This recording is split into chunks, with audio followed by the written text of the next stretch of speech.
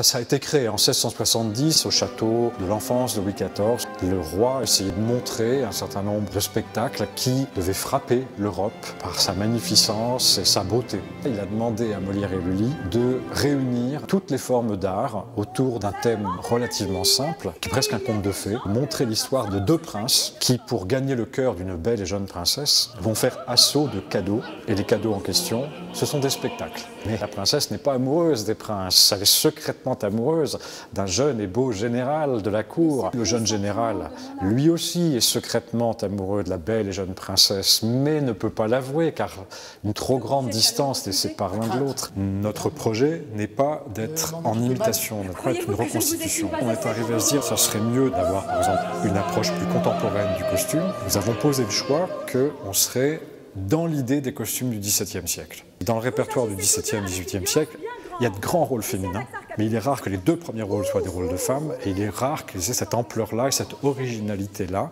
Il y a 6 divertissements. Il y a 3 grands divertissements qui réunissent les chanteurs, les comédiens, les danseurs. Entre ces 3 divertissements sont passés 2 divertissements mineurs qui sont donnés à des danseurs et que Molière appelle les mimes. Il confie ces divertissements à ce qui pourrait passer pour l'époque pour un art pauvre.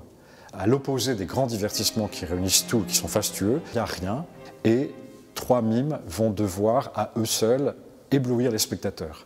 Il y a certainement une intention chez Molière de montrer qu'un divertissement tout simple, où l'artiste, et rien dans les mains, rien dans les poches au premier plan, parvient à toucher le spectateur. Donc on a divertissement riche, divertissement pauvre, divertissement riche, divertissement pauvre, divertissement riche, et au milieu de ça, après le 3e acte, un divertissement bancal, qui se passe dans une grotte, et dont on ne sait pas qui l'a organisé. Très très beau morceau de la pastorale, dont le chœur final, jouissons, jouissons des plaisirs innocents, c'est un rondeau. Il y a tellement cette notion du plaisir qu'on se laisse prendre, et il arrive souvent que quand on se réveille le matin, après bien des répétitions, ça se fait en chantant. Ta -ta -ta -ta -ta -ta -ta -ta -ta -ta.